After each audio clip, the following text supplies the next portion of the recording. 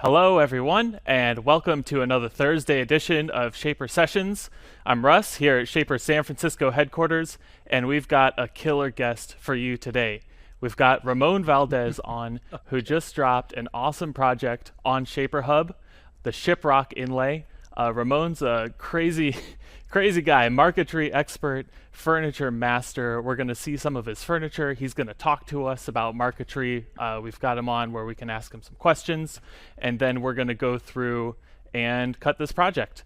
So a little bit of background for anyone who's new. Hopefully we've got a couple new viewers. This is Shaper Sessions. We do this every other Thursday. Please drop your questions in the comments. We've got our guy Ted monitoring the comments and taking your questions, writing them all down for me and our guests to answer at the end of the show. We've also got a giveaway at the end of the show, and special for today, we've got a cool announcement halfway through, so hang on for a secret contest that we're launching one day early on Sessions. So y'all are going to get a head start. We got some cool prizes for that also. So let's bring in the crew for today. We've got Sean, who a lot of you might remember from some previous sessions, and we've got Ramon. You guys want to introduce yourselves? Yeah, I'm the product lead on Origin, and I'm here. It's been a while, but I'm happy to be back. Thank you tons for having me. I absolutely appreciate it. My name's Ramon Valdez, Ramon Valdez Fine Furniture. I'm on Instagram at Ramon Artful, websites Ramon Valdez Fine Furniture. Been on YouTube for a little while. That's starting to grow, so sharing a lot of tips and tricks, woodworking related. So yeah, thrilled to be here. Thank you guys. Awesome. All right, well, we like to normally start these out with just kind of a high level, who is Ramon? Let's get into that. We're going to show some of the old projects, and let's start even before we get into those projects. Ramon, maybe you give us a quick backstory of how you got into woodworking and what your history there is. Well, it's kind of maybe a little bit unique, but and this is going to date me. So in the 80s, I went to work for a commercial casework shop. And when I say commercial casework, I'm talking about Formica and reception counters, that sort of thing. And I planned right out of high school, I planned on working there for about a year and then going to school, going to college. But I fell in love with it. I loved working with my hands. I always have since I was, a kid working with my dad. He's a machinist. And so it just resonated with me. I kept on doing that, did that for maybe a decade, and then went out on my own for a while. I was actually a builder. I was building houses and commercial buildings and got into the building trade. So I was doing a little bit of everything at the time. I was also building furniture this whole time. Well, I'm calling it furniture. I've seen some of the furniture that I'm talking about, but it was assembled pieces of wood. But I've come a long way. We all have to start somewhere, right? Sure. And then I went to work, and I did that for about 10 years. I was on my own, and then I went to work with my brother at another commercial cabinet shop, casework. They did a lot of different things, but I got thrown into the mix, and I was production manager. I had the task of keeping production going. It was pretty fast paced, and I had to figure out all the bottlenecks. And one of the things that I started doing was creating jigs and fixtures and different protocols to make the systems work better, and found out that I kind of had a knack for it. And it changed the way I do things even today with jigs and fixtures, which is really where a lot of that's where the dock was born, really, from thinking outside of the box in a way, and it literally turned into a business. So really grateful for some of the background that I've had, but that in a nutshell is what brought me up to this point. Oh, nice. And then, let's talk about you. At some point, you started getting into social media, Instagram, YouTube. What led all that? Somebody said, well, you should really be on Instagram and show your stuff. And I had no idea what it was even about. And so it's kind of funny. Initially, I was signing up to Instagram, and I wanted to be really clever with my name. So there's this guy by the name of Ralph Wilson. He used to actually work for Formica, and he started Wilson Art. Ralph Wilson, Wilson Art. I thought that's really cool. I'll be Raymond Art, right? So I tried using that name, and it was taken. And back then, believe it or not, they would have suggestions of different names, and one of them was Raymond Artful or Ramon Artful. I'm like, yeah, that'll work. This is just gonna be camping pictures. Nobody cares. And to this day, I despise that name. It sounds like, ooh, Raymond Artful. Look at me. That's a good story. But I can't change it now. Yeah, you're stuck with it.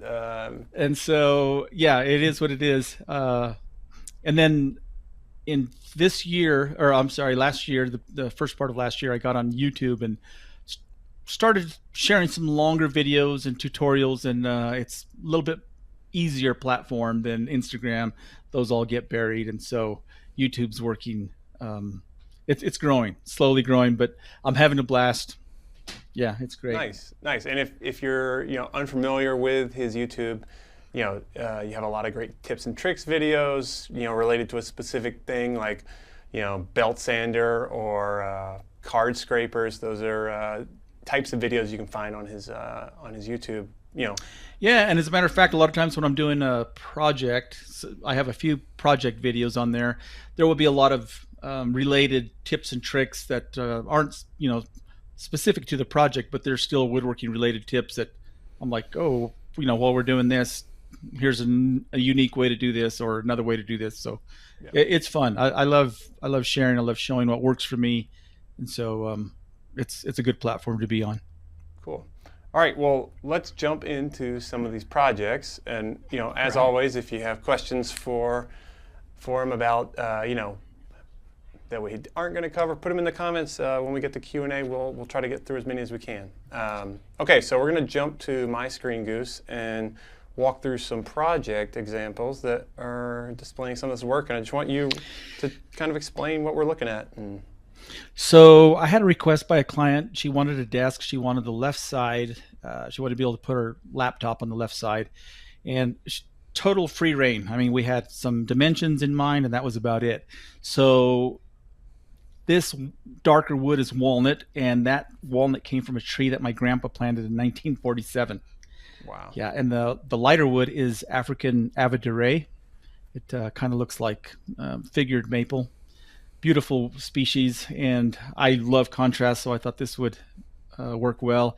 Of course, what you're seeing on the front is some marquetry. That's shortly after I had learned the double bevel marquetry technique, and there will be another photo where you'll see the handles where the whole kind of like a vine is cascading down. There we go. Wow. So those are a left-hand twist, right-hand twist handle, left-hand twist.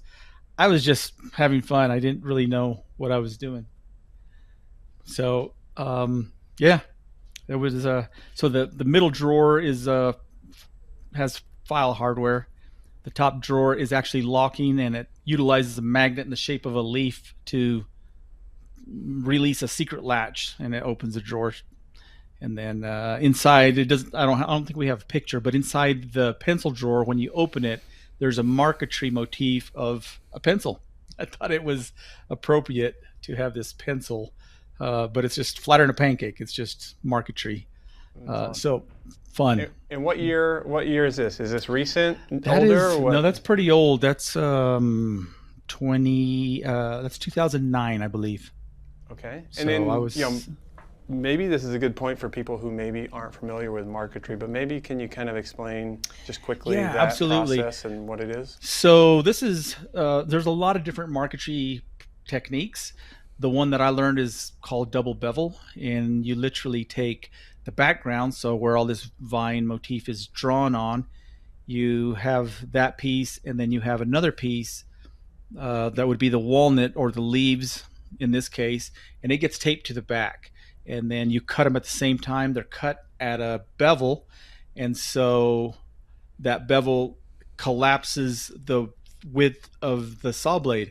So essentially, there's a mathematical relationship between the thickness of the veneer, the angle of the donkey that you're cutting those pieces, and the kerf of the blade. And when they're all right, that piece just collapses into it, and it's seamless when you're done. I love the process. When you look at the two pieces and they're just so tight, there's zero gap, absolutely zero gap when done correctly. Fabulous process. I actually teach a class on that. Well, I used to, at our local college. And little plug, I have a Marquetry Class 101 that I sell on my website. It's a full tutorial with all the tools and the donkey, the little platform, and the Veneer Packs, the saw, and a flash drive with a tutorial. So yeah, Oh, cool. anybody can learn that. It's fabulous process. And when you're doing this, is this something you're also, we're going to talk about this in a little bit, but you're drawing these images yourself, or are these patterns, or I do. How does that work? The desk was completely drawn by me. Most of the stuff until I got started with the Shaper Origin, everything has been drawn by eye and hand. Oh, cool. Yeah. Okay, and we're going to get to that in a little bit. So, so let's move on from this one, and that's the so that's back on the there. back side, and that apron has some sapwood. I thought it would just incorporate that sapwood and some little marquetry on the back of each cabinet, I guess you could call it. Yeah. Yeah. Fun project. Yeah, really, really cool, really beautiful. I learned a lot. All right, so there's a little detail shot of the back, I believe. I just wanted it to look like these leaves kind of blowing in the wind. That's really cool. Yeah. Okay, so and then sand shading, you can use hot sand to, like if you see the middle of the leaves, they're kind of shaded, and it's basically just dipping that piece of veneer before you put it in place and scorching it with hot sand. to create a little effect of depth. Yes, absolutely. Very cool. Mm-hmm. Okay, so let's talk about this one for a minute. What are we seeing here? So these are a couple of speaker enclosures. So a customer had some speakers, and I convinced him that we should turn these into tables. I said, because one of these days your speakers may go away, new technology or whatever, so let's make these tables, and that way they'll be usable end tables. So the lighter wood is oak and actually stained, and the darker wood is wenge. And then I don't know if you have a video on that. Yeah, and I wanted this top video. I wanted this panel to look like it was coming through the top, which is a no-no with solid wood in this case. But what I did here is I used veneer, so that end grain is actually end grain veneer. Oh, wow. Okay, and then we're going to jump over to that video real quick. Let me just hop over here. So, I have this one. Yeah. Okay. Let's see if this audio comes through.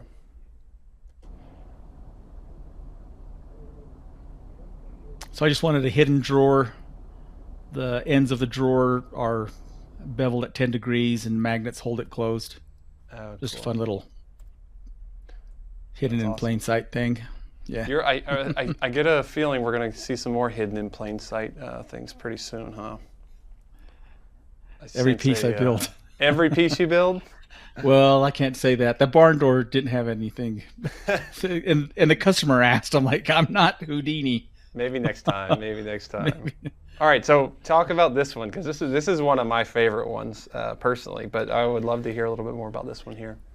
So this client had a specific size, and she wanted a splash of pretty on the front, and that's all she said.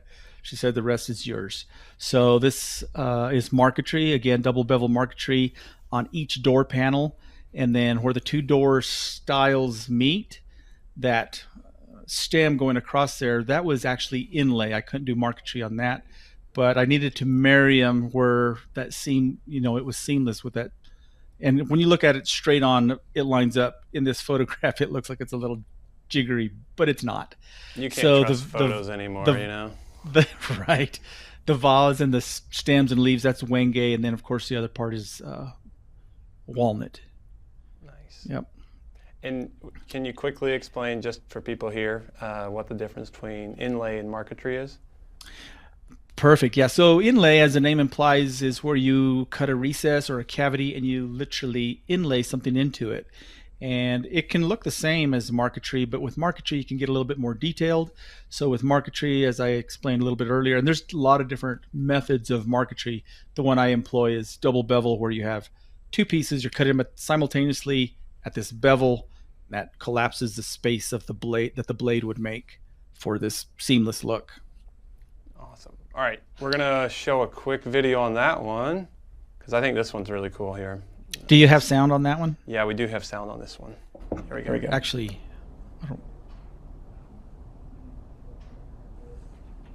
maybe I don't talk. Anyway, a couple of rollouts. She wanted a couple of rollouts for blankets.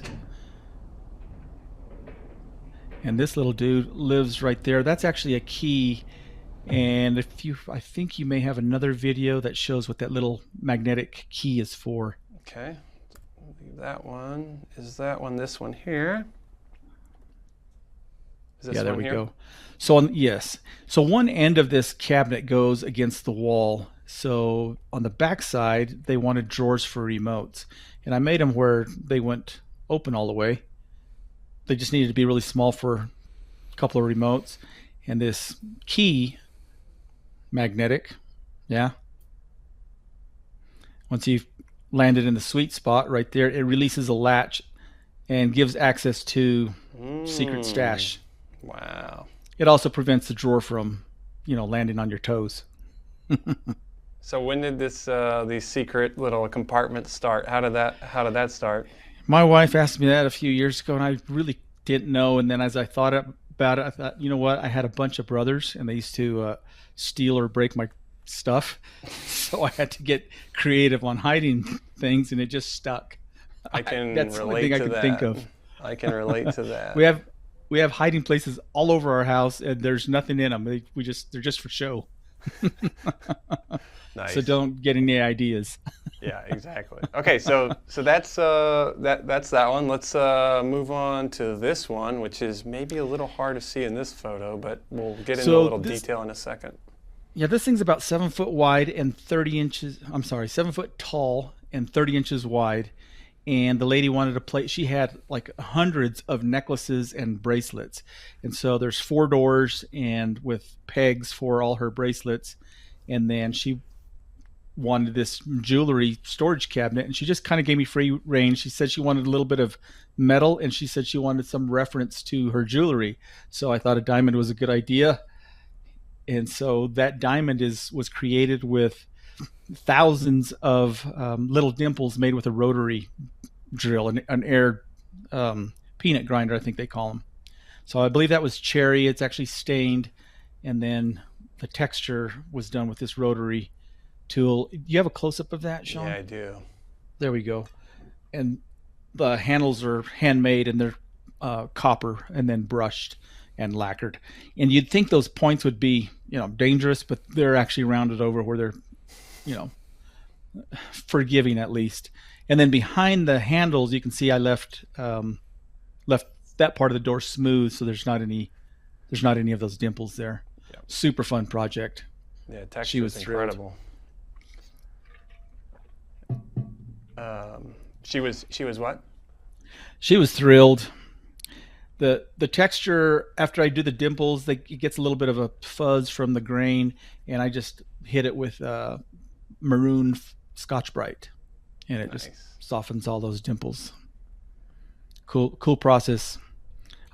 I was doing quite a few pieces there for a while where I couldn't get away from the dimples, and customers would see them and say, "Can you incorporate some of those dimples?" So we're going to see another project with dimples. All right, let's go to that one now. Yeah, so this was a large bookcase. That, I don't remember how big that was. 10, 11 feet maybe. I think 11 feet.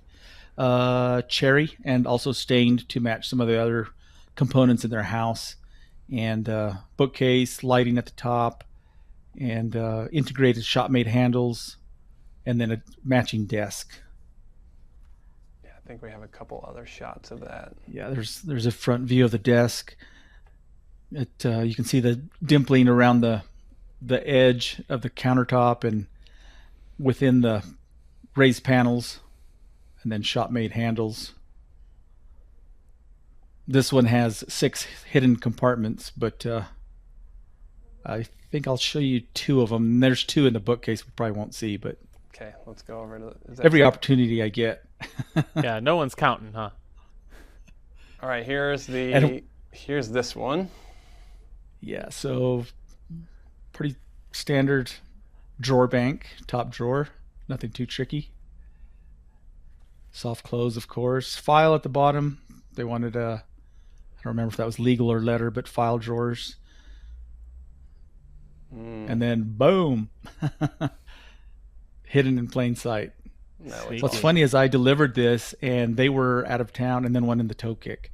They were out of town, and then I didn't tell them about the drawers, and so the 2 grommets that go in the desk, I had put them in one of the hidden drawers, and I asked them when they got back if they had found them, and they said no. We looked, and they, by the time I got back, they had filled the bookcase and the desk completely, and they're like, no, I know they're not in here.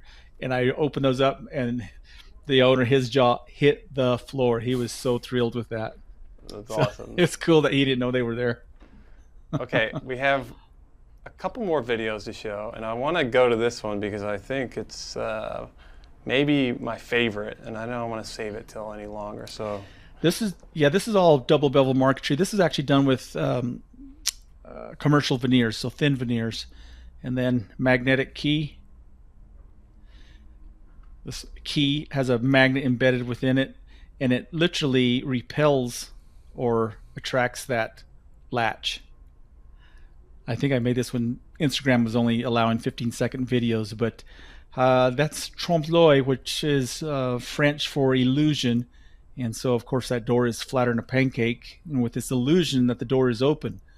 But it's, optical illusion with the books and the pencils and even the drawers. It's fake. Yeah, that one's something else. Okay, and then the last one that I have is right here. And this one has a little audio. And a pretty big dresser at about 6 foot wide, and matching nightstands. Are you going to kill the audio? You can see on the ends of these handles, I've repeated that. I can kill it there. Oh. See a drawer or a couple of drawers that is actually a jewelry stash. Jewelry drawers at the top. I wanted it to look like it was part of we've got a his and hers style going across hidden in plain a very sight. large dresser. His and hers jewelry drawers. There were lots of pieces of wood. At the shop-made handle that I actually get requests but for. all the vertical pieces are cut out of very single board. ergonomic, of course, all the horizontal pieces match and fun as well. to make. And the mahogany is also nice set. So it was a dresser, 2 nightstands, and then a footboard. You can see bench. those legs curve out slightly, and they go from about 1.5 inches to about 3 inches at the bottom. And of course, soft close drawers are in right now, right? Wow. Yeah, I mean the curves are pretty wild. Absolutely integrated love backsplash was was with really a fun there you can see challenge. that detail or that shape repeated once again, including Just the think a edges of all dresser the should have a tops. backsplash. All right, next we have the nightstands. his and The hers customer nightstands. actually requested And a each one of hidden those drawer. has a secret stash. Yeah, you're getting known for those hidden drawers. And I love it when I post something on Instagram. They're like, "Joe, that's not Nightstand hidden has a anymore." knot in a specific location. Yeah, but with do you a know where they QI live? wireless charging And then I put or some QI Qi, chargers which for their is Chinese. phones, just The Chinese word for strategically energy placed flow. where these knots That way are. you don't have to go through the There's anguish of course, left and a plugging right, in but a cord. yeah. Thanks a ton for watching. And in Absolutely several appreciate years when the technology is old, I guess it won't matter. There's not any, some of those chargers require a pad or a little hole with a light, and I just left all that off, so in case that technology goes away, when that technology goes away. Exactly. Yeah. All right, well that's a quick little run through of some like really selected projects from Ramon, and I think now it's time to get into some story of well, let's see what brought you over to the origin side from this type of work. Sean, you know that's your fault, right? Oh, it's the answer is me. I met Ramon a couple years ago. 2019. Yeah, I think it was 2019 at the AWFS show or whatever it was, and just blowing everybody's minds with the capability of the Shaper Origin. And he said, "Man, you should try, maybe incorporating this into your Marquetry pieces. And I was actually a little reluctant at first. I'm like, no, I like doing it the hard way. And I ended up getting a Shaper Origin, and because I was actually looking for a CNC at the time. I wanted to get a CNC, and I really don't have the space in my shop. So the more I looked at the Shaper Origin, I thought this could probably work for what I'm doing. I'm not really producing a bunch of parts. I don't make signs. It would be great for, well, the sky's the limit, right? Yeah. And once I got it, I realized that it, it's just a different approach to marquetry. So I think I did a couple of small little things here and there, some engraving, and then I was asked to do a number 19 logo for a customer, and I worked with Sean, and he really helped me figure out some of the parameters.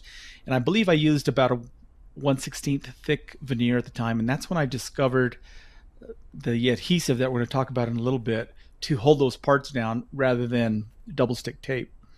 And working with Sean, figured out the offsets, and I was blown away as to the accuracy, because this little logo that I had done with the Shaper Origin, it was small. I think it was like 3 inches, and so some of those pieces were like a 32nd, and some of those are cross grain 1/32 with 1/16 thick veneer, very fragile, but we made it work. And then I was learned a couple things along the way, and we've been learning for a while now with incorporating thin veneers with the Shaper. But man, it's exciting because, well, the sky's the limit, right? I mean, there's just endless supply of veneer colors and species and figure, and then dyed veneers. And so creating motifs with something like that, and not only, it's incredibly fun to do. So I'm having a blast with it. Yeah, and speaking of sky's the limit, I think we're gonna talk about the next thing, and I'm gonna come over here in just a second and talk quickly. Ramon came to me with an idea to do a very large project with Origin that he had been struggling, kind of figuring out, how am I going to do this? It was a 96-inch kind of door, a large barn door design with Marquetry motif, and we had talked a lot about, can we do this with Origin? He was thinking, I don't really know how I would do this other ways. If you're trying to cut a 4-foot wide thing, you don't have a coping saw that will fit around it when you're trying to make your turns. So I don't know what that saw would look like. Well, I actually found out after the fact. I was reading an old fine woodworking, and some guy had invented essentially a jigsaw that attached from the ceiling to the ground and had entire shop space around it, and he could cut as large of a piece as the room was wide.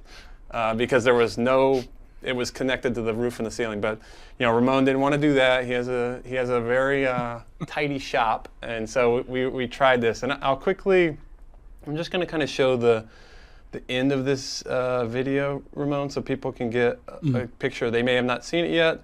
There's a whole YouTube on it, but this will at least give you a little bit of a taste, and you can go watch it in your own time. And then we can talk a little bit more about it. So yeah, if you go over here to this is kind of, I'm just going to pause here. This is the size of the door, and you can see here we have like essentially a very large door, all these veneers, and we're going to talk a little bit about how we got there. And then I'm going to quickly go to the beginning, and maybe Ramon, you can just talk over this. Well, sure. After we get through this ad about a charger for your phone. Okay, here we go. So, yeah. So this this was a number of files. It started with a sketch, just a rough sketch, and then that was I worked with the guys at the Shaper Origin, and they digitized it, I guess, for lack of a better word, and turned it into an SVG file. And so the panel was actually these are your drawings, right? Yeah, this is my drawing, and this is just an idea. It was pretty rough. I didn't really know how it would work at the time, but I wanted to keep it relatively simple because I knew since it was so large, and there was going to be a lot of pieces, that was going to add complication in and of itself. So I tried to keep it simple and like a silhouette, a lot of sky. And here is part of the process as I was starting to figure it out. And here it is laying on my workbench when it was done. And I was down in the bottom right corner. I decided to add my logo again with the Shaper Origin. Perfect tool for the job. Do a little engraving. If people want to see more, they'll have to go watch the video. But it gives us something to kind of quickly talk about. So yeah, we kind of worked through this one together. We learned a lot of tricks along the way. We found out the easy tack solution. We found out how these things fit together. We try to really come up with it. And I think at the end of it, we were really excited about the result, but we wanted a way to kind of bring that back to everyone else in a way that, hey, if you're excited by learning about this, you can get started. So maybe we can cut over to Russ and he can kind of walk us through, a little bit of what turned into that. Yeah, absolutely. So you can see over here, we've got this micro motif from Ramon, and this is a scene from Shiprock National Landmark, which is in northwestern New Mexico, pretty close to Ramon's home. And we've got these files on Shaper Hub. We collaborated with Ramon. I think it started with just a sketch similar to that door. And we made these files, and Ramon actually now has a video out on YouTube that walks you through the entire process, start to finish, on how to create a panel such as this. He also sells veneer packs that are ready to go. We made this with a domestic and exotic veneer pack from Ramon, and following those tips on Ramon's YouTube video and with a couple of interjections from Ramon himself, we were able to make this over a weekend here at the Shaper Shop. And That's Goose, awesome. who's on the switchboard here, actually just made one last night, like 100% of the parts cut in about 4 hours, which is really wild. I've never done double angle or double bevel marquetry, so I don't know how that compares time-wise, but it blew me away how easy and fun it was. I had never done any sort of marquetry before, especially with such thin commercial veneers. And like you said, Ramon, that just blew me away, the amount of wood species and colors that are out there to use. Like, I would not get a large board of zebra wood to mill down into my own shop-made veneers, but with this veneer pack, it's one of just many options, including some wenge, which was in there, and the coolest one, I think, I'm actually going to pull this down because I was so stoked by the figure on this. Goose, can you go to the bench cam? Let's look at this moon. I made this more of a night scene. Let's see. That's if you can Waterfall see right there. Bubinga. Yeah, Waterfall Bubinga, which I got an absolute rip out of. So much fun. And it's pressed flat because I fixtured this in the vacuum press, and Ramon's got, for those who don't have a vacuum press, Ramon's got tips on how to glue all this up also in his video. But actually cutting this, it was wavy or undulating, kind of like the ocean, along with what you would expect from that grain pattern. So that was really, really cool to work with as well. Oh yeah, here we got the top cam. So this is what we're going to work on today. Cutting live. We're going to cut a couple of these shiprock parts here. I'll just pull over Goose's panel that he worked on last night. And if we go back to the top cam, you'll notice this is reverse because this is upside down. One tip that we got from Ramon here is that to hold everything together, you're going to want to use this very light tape. We use 3M painter's tape for delicate surfaces. So that's holding everything together from the front. And then from the back, we've got this. You might notice we got a little chip out here, but there's some tips in the video on how to fix that. I think that piece disappeared in the vacuum because it's one of those small cross-grain pieces, which I'm sure you've got experience with, Ramon. A lot. Yeah. I've lost a lot of pieces. So we've got the sun already cut. It's over there. We've got a couple of the shadowy parts already cut over here. And so, yeah, in a few minutes, we're going to go ahead and cut a couple of those shiprock parts and show you guys how quick and easy it can be. But while we've got Sean up with the computer, I want to do two things. I want to show off the Shaper Hub project for this, and then I do also want to talk about the box challenge. while we've got, I let it slip, actually. Oh, Nobody Russ, knew what that was Russ, yet. You just ruined I it. just know it's a big surprise. That's the big reveal. The Shaper Tools Box Challenge. So let's show the Shaper Hub project and then navigate over to the Box Challenge page too. Okay. And show people what's coming up next month. Okay, so yeah, here's Shaper Hub. This is the website that has the files for this project. You can see here there's some images of Ramon while he's building it, as well as the video where you can watch right here in the system. All the files for this are right here for you. You don't need to worry about them right now. You can just kind of click one button and send that to your Shaper Hub. That'll go right to your tool, and get that YouTube video right side by side or watch it beforehand, and all the tips and tricks are in this that you need to know. So yeah, that's that. And then the other, the important part here is, you can go to these links to get the Veneer Packs from Ramon, who is selling, a couple different versions of that. And as you can see in that image up there that we were showing with Russ, there's a couple different color options. And I think one of the cool things about this project is you can pick a scene that's more night with a moon, or you can pick a different type of vibe. Whatever you really want to go for. I think it's kind of up to you and how you choose the veneer colors and where they go. So that's the Shaper Hub project. And now for the ultimate reveal that Russ already revealed. The Shaper Tell Box us about Challenge. it. The Shaper Box Challenge. So I just couldn't help myself. This is too cool, and I'm so excited to kick this off today. Everybody that's watching Shaper Sessions live today gets a one-day head start on this because we're officially launching it tomorrow. But we've got the Shaper Box Challenge. You've got 1 month. You've got now till I think February 28th. All of the details are on this website, shapertools.com/box challenge. It's open to everyone worldwide. We've got 4 incredible judges. We've got Matt Kenny, who wrote 52 boxes in 52 weeks.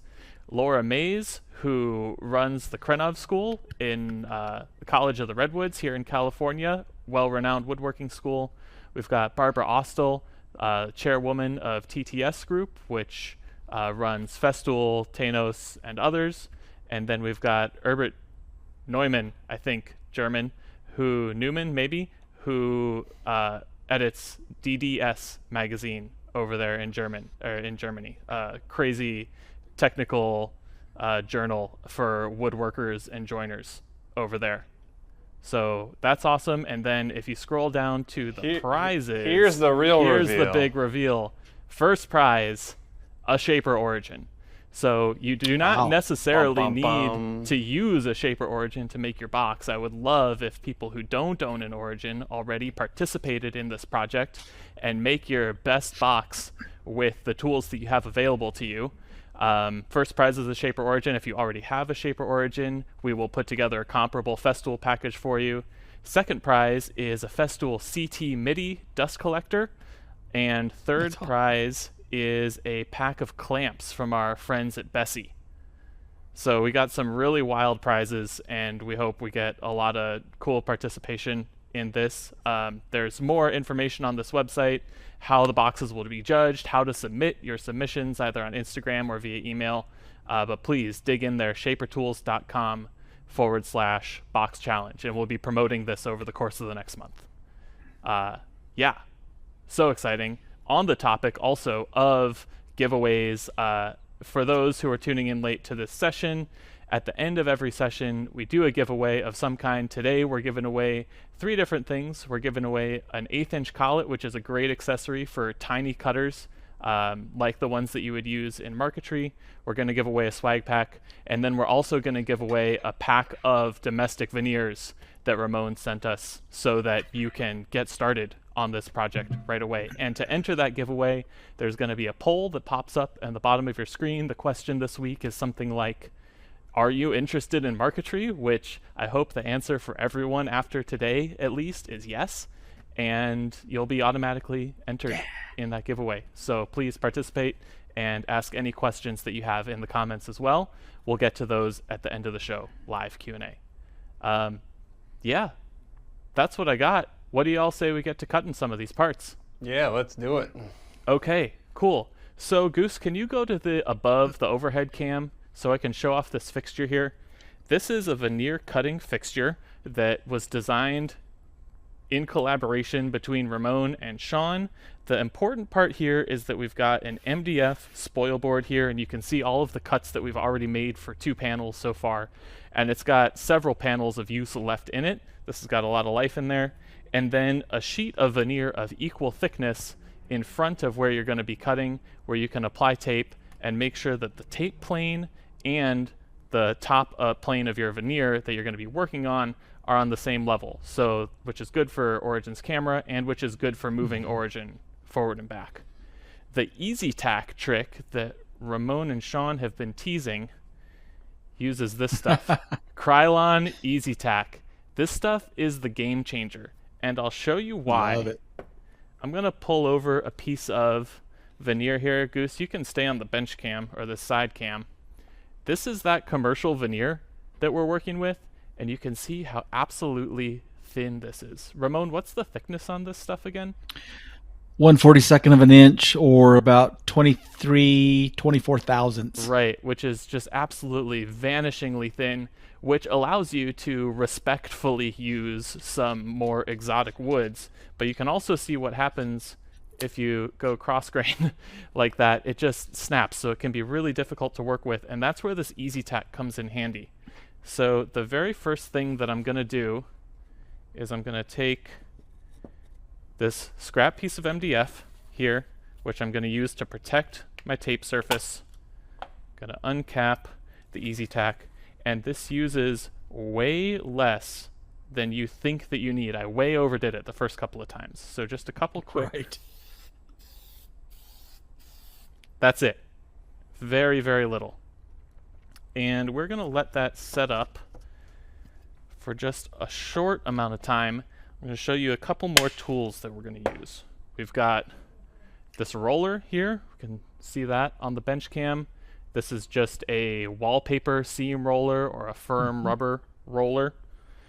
And then we've also got this sharpened putty knife. And there are a couple different knives or spatulas that you can use for this.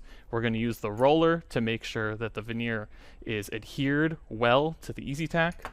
And then we're going to use the sharpened spatula to very carefully peel it up. So that's had just a minute to sit there. That's all it needs. I'm going to take this piece of walnut here, apply it to the easy tack, and then roll it from the middle out. Yeah, and that little time where it's setting up, I think, Ramon, that was something you figured out, that there's a little bit of time where you don't actually want to put it down right after you spray it. Correct. It's kind of like contact cement, but you're only spraying one side.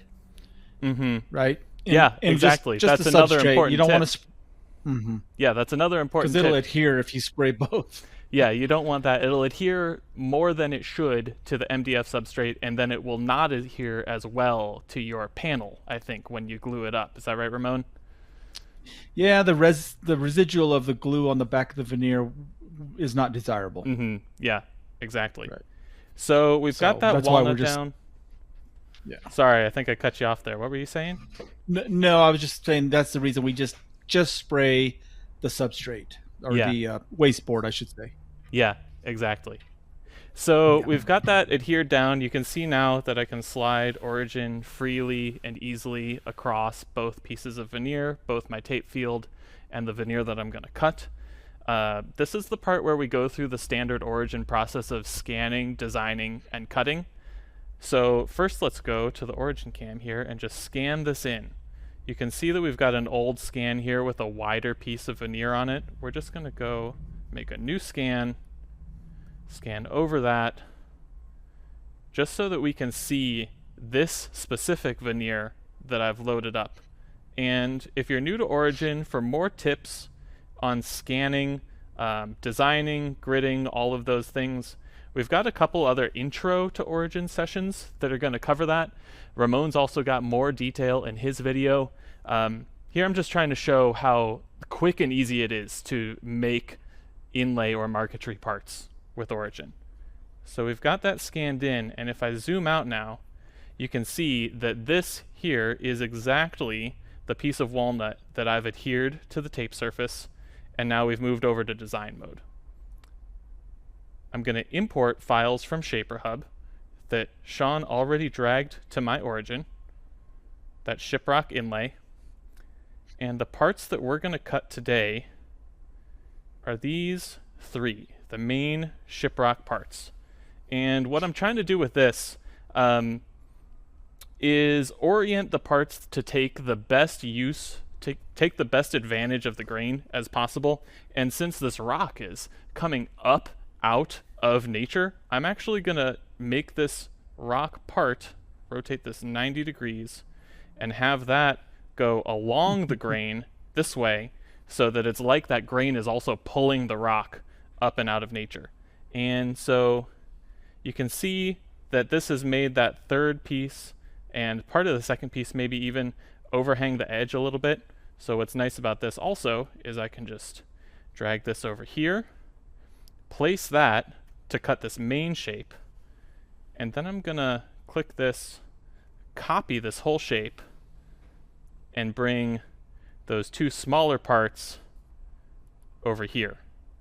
So I'm going to cut this main part that's highlighted here, and then I'm going to cut these two smaller parts that are highlighted here. And that's one of the really cool things about scanning your veneer in with Origin before you start. You can see and place those parts exactly where you want them on either the most figured part of your veneer or the least figured part of your veneer, or wherever you want it. Now, I've got loaded in here right now this engraving cutter from a different project. We're going to swap this to this very small 1/16 of an inch straight cutter. Hearing from Goose that it's a little blurry. Let's see if we can see it on the Origin cam here. There we go. So this is a single flute straight 1/16 inch cutter. Down cutting 1/16 inch cutter would also be good. The two keys here are that it's not up cutting, because that's going to pull the wood grain up and out and chip out your veneer. And then also the smaller the better, in my experience at least. The smaller tool cutter you use, the sharper corners that you can get in your design, and also the less force it imparts on the veneer in general. So small is better. And I think, Ramon, did we try an even smaller one and we decided the 32nd was too small, actually? I think we started with, I think initially there was a 1/4 inch bit. The files were for a 1/4 inch bit, and then we went to an 1/8 inch, and then we went to a 1/16, and that seemed to be the magic diameter. Probably could have went smaller, but I think the 1/16 is the sweet spot. Yep. Has plenty of cutting, sharp corners. And I used a downcut spiral, but I didn't have a double flute like that one. So what are you've used both, have you, Russ? I think a downcut, yeah, I prefer the downcut, honestly. We had this straight flute handy. Both work really well. Gotcha. I've had really good luck with the straight flute I also. think so. It comes out, the edges come out a little bit fuzzier with the straight flute, so you have to do a little bit more sanding after the fact, is my experience. Yeah, that makes sense. So we've got that cutter loaded in here. We've got the design set. Now we can go over to cut. And the very first step that I always do when I'm working with Origin is make sure that my bit diameter is set correctly. And even if I don't know the fractional or the decimal for this, I can type in the fraction and Origin will calculate that for me. 1/16 is 0.0625 inches. Can hit done there for the bit size, and now it's reminding me to Z touch after changing bits, which is important so that you know what the Z height, correct Z height is. So it's going to do that automatically. There we go. And the thickness of this veneer is about 0.2224, I think you said, Ramon. And I don't want to go too much deeper than that, so I'm going to go 0.028. Just enough to cut through the veneer. Yeah, I was right in there. What do you think? How's that sound? Yeah, sounds great. Sweet. So this is that larger part that I wanted to cut. I've got outside cut, which is important. That's what I want. I want to cut the outside of this so that the inside or the line in is all preserved. And then I've got my offset. And this could be a little bit tricky for people who are new to Origin, but Ramon covers it in full depth in his video. The gist of it is that you're going to have some fuzzy edges. You might have a little interference if you do an exact 0 offset line on line fit for everything. So I like to go in the panel that I did, -0.004, which makes this piece just 0.004 of an inch. That's the thickness of a piece of paper, smaller than it would be if you go all the way up to the line. And that lets you just tape everything together a little bit more easily and glue it up a little bit more easily, in my experience. But again, we've got some tips on that in Ramon's video, and try it yourself. Test your own offsets and see what you like. So I like that. So looking again from the top down, 0.028 outside, -0.004. We've got the correct 1/16 of an inch cutter. We've already Z-touched. And last but not least, we'll do the speeds. Ramon, did you change the default speed on this at all when you did your project? I would on small fragile areas. I would go small, slower.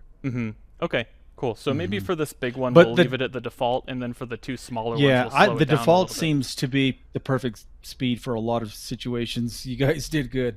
Okay, I like the sound of that. But I have a question. So you went 4/1000s negative. Wouldn't that be a total of 8/1000s negative between the parts? That would be a total of 8 thousandths a negative. total of 8/1000s. Yeah, between the parts. Yeah. Okay. Yeah. Yeah, and I think exactly. Ramon, you went I was a little going less, right? I did. I went -2/1000s. Actually, Sean came up with that, and it was, I think, ideal. But you're gonna have glue that's gonna fill in some of those spaces, and it probably makes things easier to have a little bit of slack. Yeah, I'm going for the live on TV fit. So we want this to be we want it to drop in. I don't want to have to be rolling out the seams or anything. I think you could get a tighter fit if we had the time to make sure that we assembled everything very delicately. But I'm going hammer for the tight but live on TV fit. Ramon's got some tips on how to get tighter fits and also make them squeeze in there. So he likes zero gaps anywhere. I think I did zero offset on that 19, and the veneers actually buckle up, so they get super tight.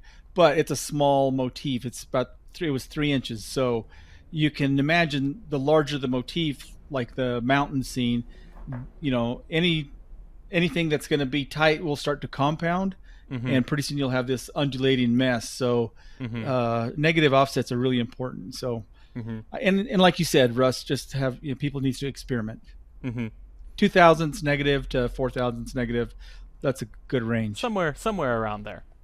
I also don't know what offset Goose cut this to last night when he was in the shop. So if he cut the whole thing to 0 offset, then I want to give myself a little extra room as well. Sure. So for what it's worth. Oh, Goose is saying in our ears that he used -004 as well. So we're just gonna keep with that.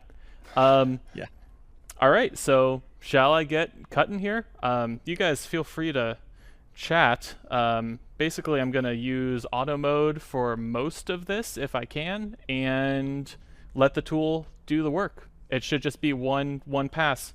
The spindle speed I'm going to keep around 3 to 4, I think. Cool? All right. Well, safety first. Here we go.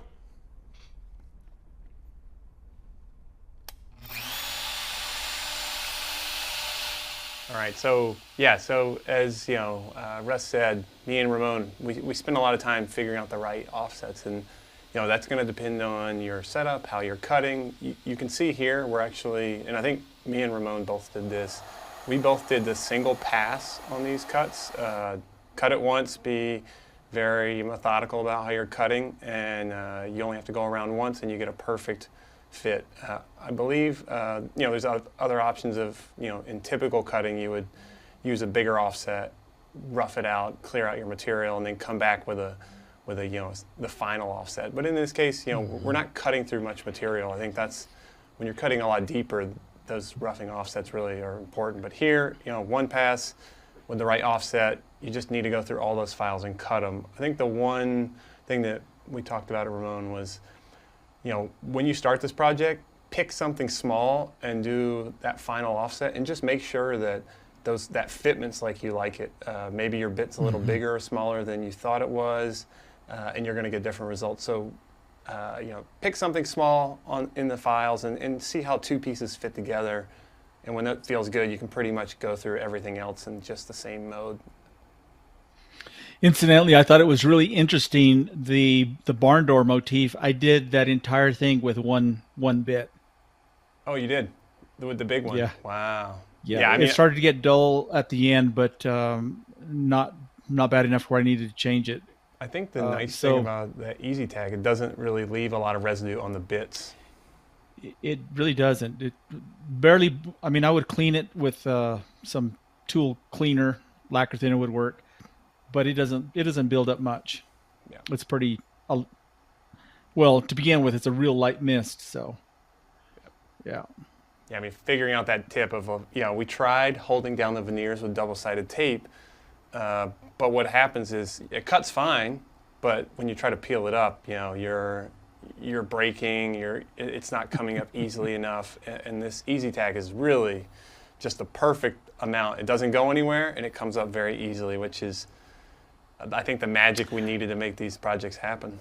It was magic in a can. I would actually recommend also to cover your Shaper origin screen. That mist of the Easy Tack will get everywhere. You'll feel it on the hairs of your arms. I definitely remember the hair on the arms, like what is going on here. So yeah, make sure everything important is out of the way when you're spraying. Yeah, your tape especially, right? Yep. Well, in this case, with this fixture, you're not really moving the machine over it, but some of the areas that I did when I was doing the large door, I had tape on the veneer, and so you don't want that Easy Tack on that surface. And the Shaper can feel a little grabby at times as it is, bad enough, so you don't need more adhesive on there. Yeah, you hit a little patch of adhesive and you get you get some friction, too much friction. Okay, so I love the auto mode going around the corners like that. Yeah, so this is a really nice way if you're cutting with smaller bits, because when you're cutting with smaller bits, the loads on that bit are much more likely to break the bit. If you're cutting too fast, if your spindle speed's not correct, if the material's too tough or dense. So these auto modes there's a setting in the bottom left-hand corner of cut mode where you can just adjust that inches per minute. And the defaults are we really try to make it so that you don't have to think about that setting. It typically doesn't matter at all, and even in this one, I think it's fine. But if you're cutting other types of materials, foam, brass, plastics, those speeds can be really important to get good quality cuts. And auto mode basically ensures that the bit travels through the world at a certain rate without you having to hold the button down. You can also always go into auto mode by clicking the green button while you're cutting and just holding it, in a corner where you don't want to traverse the whole area. Move towards it, hit the green button, it'll come all the way around, and then you can let go and continue. But if you double click when you start a cut, then you'll go into this auto locked mode where you don't have to put your finger or your thumb on the green button for the entire duration. All right, Russ, tell me what we got. That's it. Let's see it ourselves. Goose, can you go to the overhead cam? I think we should be able to see that. So we've got one small piece right here, one medium piece right here, and one large piece right here. And I'm going to give them a little brush first. I've found giving this a little brush while it's tacked down really helps. This is our favorite little shop brush. Yeah, Ramon really helped me out understanding, how to even manipulate this veneer, because it's really tiny and it's very easy to snap or whatever. So this process here of pulling it up is like, you got to be kind of it's almost like playing the operation game as a kid. You just got to be really careful. Yeah, and I'm being watched by the master here. So yeah, no pressure. I hope you watched all his videos already. Yeah, right. So I'm gonna take this sharp putty knife and just skate along underneath here. And the important thing that I took away is that you don't want to go across, or well, you want to go move along the grain when possible. Yeah. You don't want to try to peel up across the grain because that's when you tend to break things. So we've already got one piece one of 3 out. I'm also going You to know, try to get and you this. can start. I What's was that, just going to Ramon? mention that you could start with a practice shot, a practice piece, Oh yeah, and absolutely. just learn how the glue is working, learn how the knife is pulling the pieces up. Mhm. And I hadn't thought of a sharpened putty knife. Actually, I was using painters' spatulas because they're really super thin, but still very strong. But Mhm. yeah, a sharpened putty knife will absolutely work. It's pretty good. And one thing that I found also, speaking of, I heard you guys talking about keeping your bits clean. I also like to keep this putty knife clean. So, Oh, right. speaking of the Easy Tack, it's great stuff, but I found over the course of one panel, it did gum up my putty knife just a little bit. So I used some just isopropyl alcohol to keep it clean, and that would wipe the Easy Tack right off. So we've got piece 2 free right there, and now time to work on this third one. You can see that there's a small section right here that I'm going to try not to break off by making sure I go down along with the grain there. I think that's free. And one thing to note is when you first start putting the Easy Tack down on a fresh wasteboard, you're going to need more glue, and as you put more and more pieces down, you'll need less glue because the glue is starting to build up, obviously. Mm-hmm. Yeah, exactly. This one's pretty built up. We've done 2 of these. Yeah, these I'm projects surprised how on this well it's already. sticking with how little glue that you applied. Yeah, I might So- have used even a It's little already bit got too a much. pound of it on there, I think. Yeah, right. I'm gonna be a little bit abusive to this veneer that is scrapped, waste. that remains on the board here. I'm gonna try to peel it up all in one piece, but I think getting this off first is gonna really help get this other Yeah, larger important- piece off so that I get plenty of access Yeah. with the putty knife. That's And it. Another thing I there remember it goes. Another thing that I remember happening is when the wasteboard starts to get really chewed up, if there's a little detail that is right over where some of those little crevices are, it might not adhere very well because there's nothing underneath it. Mm-hmm. It's basically in that little ditch. So Mhm. that's something to keep in mind. Yeah, you really want like the lightest amount of Easy Tack to keep it from coming up. It'll Oh, make yeah. this part of the process much easier. And you figure out the amount over your testing. Yeah. I just sliced through this one a little bit, unfortunately, but it didn't actually You might be able to crack. come from the left edge and come from the other direction. It might. Yeah, I'm trying to come Might from help. the top down now. That was going from the bottom up. Let's see in the comments. How many people think Russ is gonna mess this one Is up? he gonna pull it off? Literally, Is this part pulling of that- it off. You This is know, part of that heckling, right? Yeah, right. exactly. You asked for it, I buddy. asked for it. Here we go. I think, We're close. I think it's he's using he went the putty knife instead of the spatula. The I should have gone spatula. with the Ramon tried and tested spatula. But there it is. Wow, nice. That's awesome. All right, so we got 3 pieces, and now I can pull Goose's mostly made panel over here and try taping these up. See how it fits.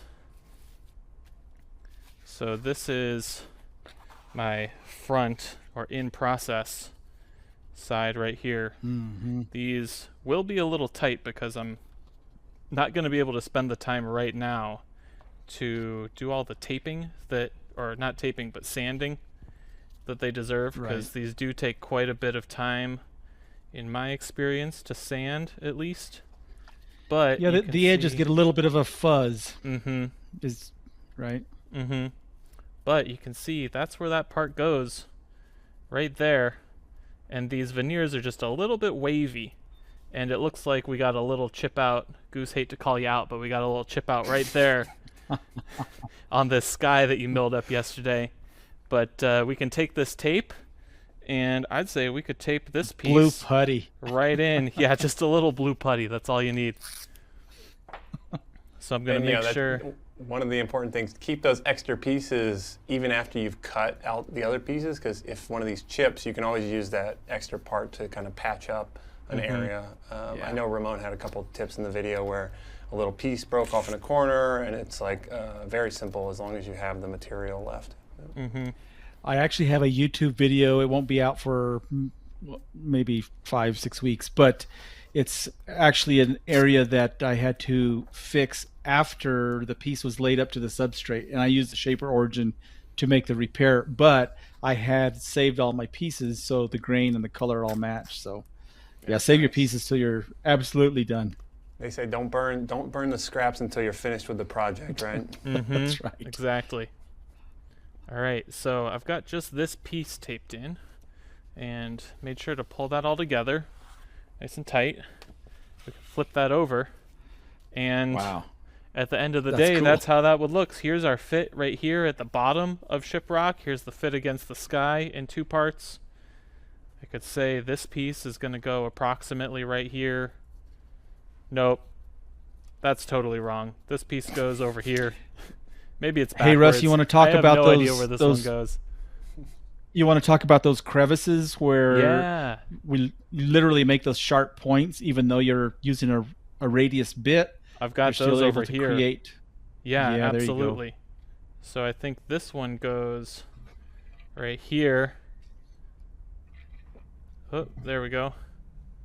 It's not taped in, but that's where that goes. And I know Goose, you and Ramon worked together on the files on this one, but Goose basically works some magic to allow that piece to come to a straight point right there. So we've got this piece that works together with one of these other pieces. I'm not sure if it's this one or is it this one. This one goes right here.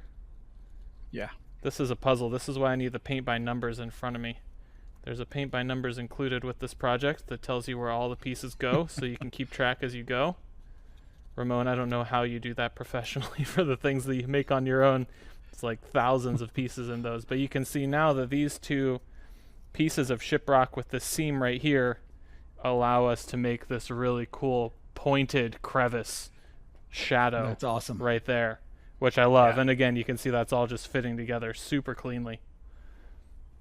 Yeah, that was a fun detail to put in because people always say you can only get rounded corners in router bit work, but we designed this file in a way where because they're all outside cuts and they fit like a jigsaw, you're actually able to get pointed cuts on the outside of a shape, and then they just are designed to make that perfect little crack. And it was like, I think it was a detail actually, Ramon, we talked through early on of like, hey, wouldn't it be cool if we could like put some crevices in? And I was saying, hey, it might not look as good as we want because it's going to be rounded, but when we started thinking about how these pieces come we figured together, it out. it was pretty great. Yeah, very, very cool, I gotta say. All this is coming together just like a glove here. None of this is taped now because I'm working from the incorrect side of the project, but seamless, basically. So that's what we got. One important one to add on to that, Russ, is it's important to keep the same offset for all these pieces. Don't try different offsets for different things. You need to figure out what the right offset is for all the pieces and then apply that to everything, because these pieces of the puzzle, if you try to offset one differently than the other, that one's going to fit, but then the next one that attaches to that's going to be different, and the other side's going to complicate that error. So it's really key to figure out these offsets with a couple small pieces, and when you see, yeah, this is looking good, start going. Don't start with the sky, because then you're kind of out of luck after you do that one. But like, I think, Ramon, we picked the moon, and there's a few other smaller parts that you could do some test cuts before you really jump into to doing that. Yep. That looks great. I love the color dynamic of the Yeah, don't ask Goose how natural long he colors. spent picking out the colors on this one last night. He was taking photographs of all the different Veneer Pack options and laying them up in Illustrator. That guy's an Illustrator whiz. But it looks beautiful. It was totally worth it. We actually combined the dyed Veneer Pack on this one. By we, I mean Goose. This is all him. Combined the dyed Veneer Pack with the natural domestic veneer pack on this one to get a couple more that's options. awesome. We got the walnut in here. Yeah, really, really good. I don't know exactly. Goose is saying put the final piece in, but it's so small. I picked it up, and I seem to have misplaced it. It's on the cactus. Okay, there we go. I should have just taped this whole thing up, because now I've got it all together, and I'm not going to be able to move it. We lost a little corner of that one too, but it'll glue up. Those are actually pretty easy to fix, so don't despair if you have a piece that's cracked. Watch the YouTube video. I go through it, and it's wood is very forgiving. Yeah, and it looks like there's it would seem that there's a gap over here, but when we tape that all up, it'll all just pull right together. Yeah, so that's what mine looked like before I glued it up. We can see yours underneath I'm gonna that? lay mine. Oh, there right we here. go. So that's the money shot right there. That's what yours is gonna look like when you're done with it. If you pick the colors, it can be whatever you like, you know. Yeah, exactly. exactly. That's one of the. I think, that was one of the things me and Ramon talked about a lot. Is like, Ramon picked out some colors that he really liked, and it was like, hey, it'd be cool too if people can, really pick, hey, I want a night scene or a morning scene, and be a little, get a little different feeling based on the ones you pick. Yep. Yeah, not everybody likes the color blue. That's true. Totally true. If you're watching this on demand, please join us live next time, where you can take part in this Q&A and giveaway. That's at 4 p.m. Pacific every other Thursday. Oh, Russ, Eric, Sean, I absolutely appreciate all the help and the invite. This has been fantastic. Thank you so much. Yeah, and thanks to all the people that joined.